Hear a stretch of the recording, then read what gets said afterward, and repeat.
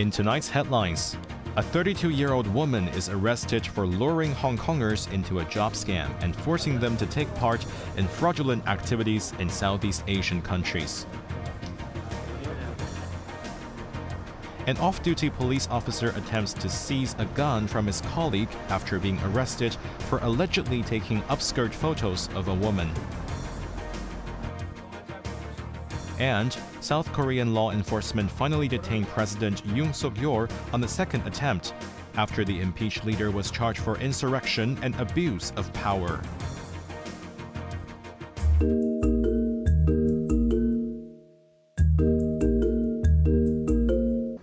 A 32-year-old local woman has been arrested by police on suspicion of luring two women to Thailand under the guise of a free holiday and quick money, only to have them sent to Myanmar, where they were held captive.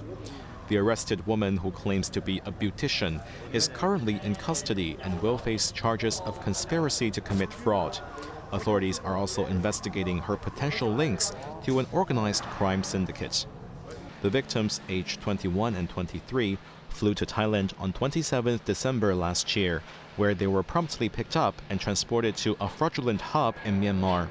Their families paid a ransom of $28,000 for their release, allowing them to return to Hong Kong last Saturday. According to police, the victims met the suspect at an entertainment venue, where she gained their trust through socializing and promises of fun. Once they were comfortable, she lured them with offers of free travel and lucrative compensation to Southeast Asia. Police also described the area where the victims were held as heavily guarded, surrounded by barbed wire and monitored by armed guards. The victims reported that they were forced to learn how to commit fraud. Jeremy Zhu, Cable News.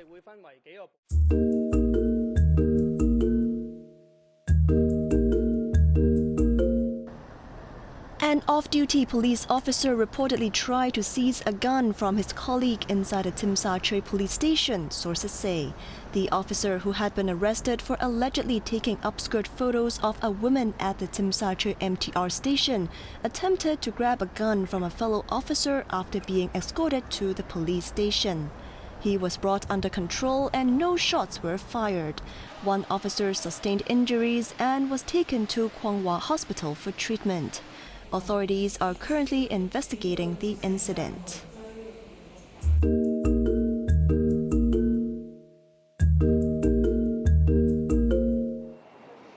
"57 individuals showed food poisoning symptoms after dining at the Paramount International Banquet Hall in Kowloon Bay. Reports indicate that 28 men and 29 women, aged between 29 and 91, developed symptoms such as abdominal pain, diarrhea, vomiting, and fever after dining at the restaurant on January 8th, 9th, and 12th. 34 people sought medical attention, with 2 requiring hospitalization before being discharged. Preliminary investigations by the Center for Health Protection indicated that the affected individuals consumed dishes including roasted suckling pig, chicken, and other hot dishes. It appeared that these foods were prepared too early and were not reheated before serving. Cross-contamination during preparation has not been ruled out. The restaurant has been instructed to suspend its roasted meats operations. As the investigation continues, the number of affected individuals may still rise.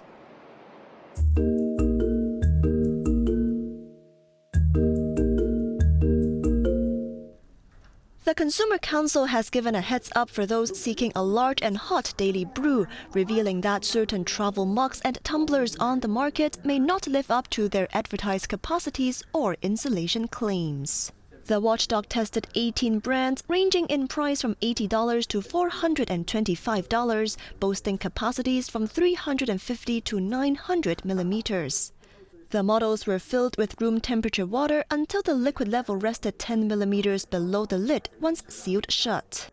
Results revealed that 70% of the products failed to meet their specified capacities, with 5 of them demonstrating discrepancies exceeding 10%, falling short of the European standards labeling requirements.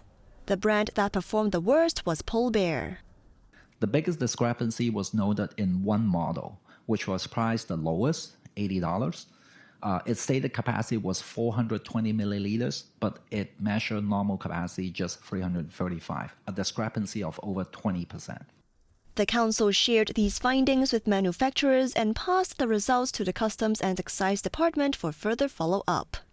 Meanwhile, the council assessed the insulation efficiencies of each model, discovering that some brands failed to keep drinks warm.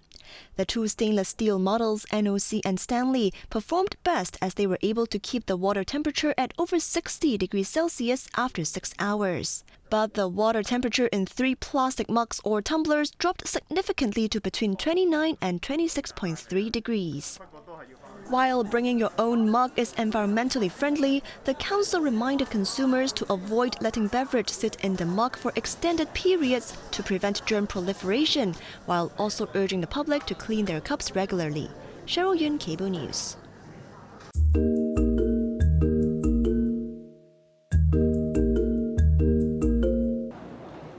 The Consumer Council has called for government regulations to uphold quality and safety standards of powered wheelchairs, as it found a large difference in monthly rental fees across the city. After surveying 10 organizations that offer wheelchair rentals, it was revealed that the fees range from $400 to $2,500, accompanied by differing deposit requirements and post-rental services. 6 non-profit organizations required referral letters from healthcare professionals before renting out wheelchairs, while remaining 4 commercial organizations had no such prerequisites. The watchdog urged authorities to establish clear guidelines, emphasizing the absence of laws governing the use of powered wheelchairs thus far. Consumers are advised to take into account factors such as functionality, user-friendliness, and the depreciation rates when selecting a wheelchair for rent, ensuring it aligns with their specific needs and budgets.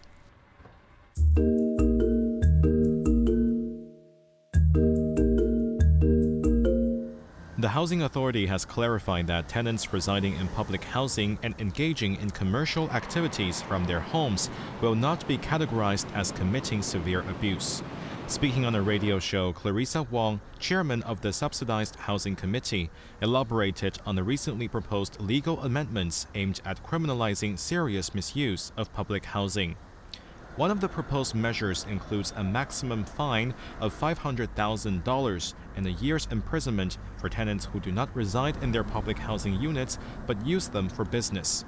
However, Wong noted that if the tenants in question live in the unit, the situation is different. She highlighted that many people now work from home, including herself, who sometimes brings her computer home to finish tasks. This practice, she asserted, should not be considered a misuse of public housing. Wong did caution that if tenants engage in small-scale crafts or tutoring from their units, they could still be in violation of their tenancy agreements.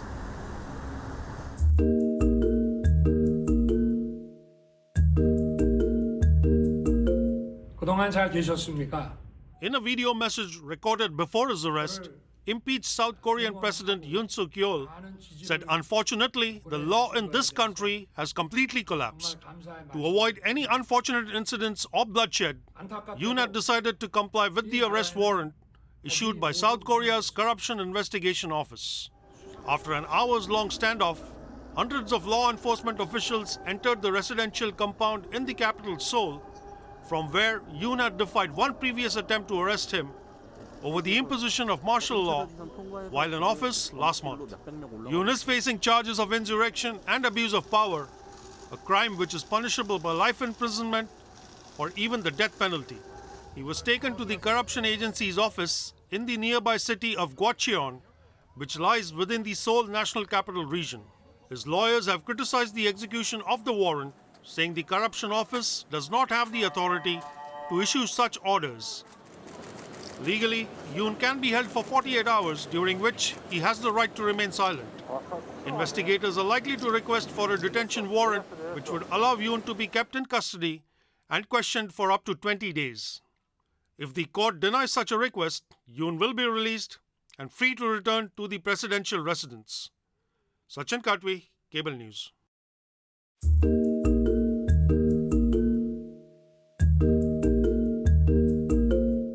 After 15 months of devastating war in the Gaza Strip, Palestinians and Israelis seem optimistic about a ceasefire deal.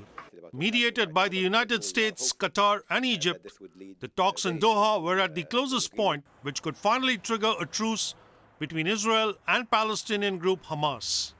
The details were yet to be finalized, but official sources said Hamas has accepted a draft agreement for a ceasefire. The main reason why we are more optimistic right now is, as I said, during the past months there were underlying issues, major issues between the two parties unresolved. These issues were resolved during the talks in the past couple of weeks, and therefore we have reached a point where the major issues that were preventing a deal from happening were addressed. After a meeting with his Italian counterpart in Rome, Israeli Foreign Minister Gideon Sa'ar said the hostage deal has been welcomed by the Israeli government.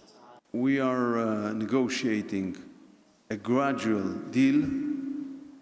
The first step will be implemented during 42 days. And during those 42 days, if a deal will be achieved, we will start to negotiate a little bit more than 2 weeks after the beginning on the second phase, which will be, of course, more complicated.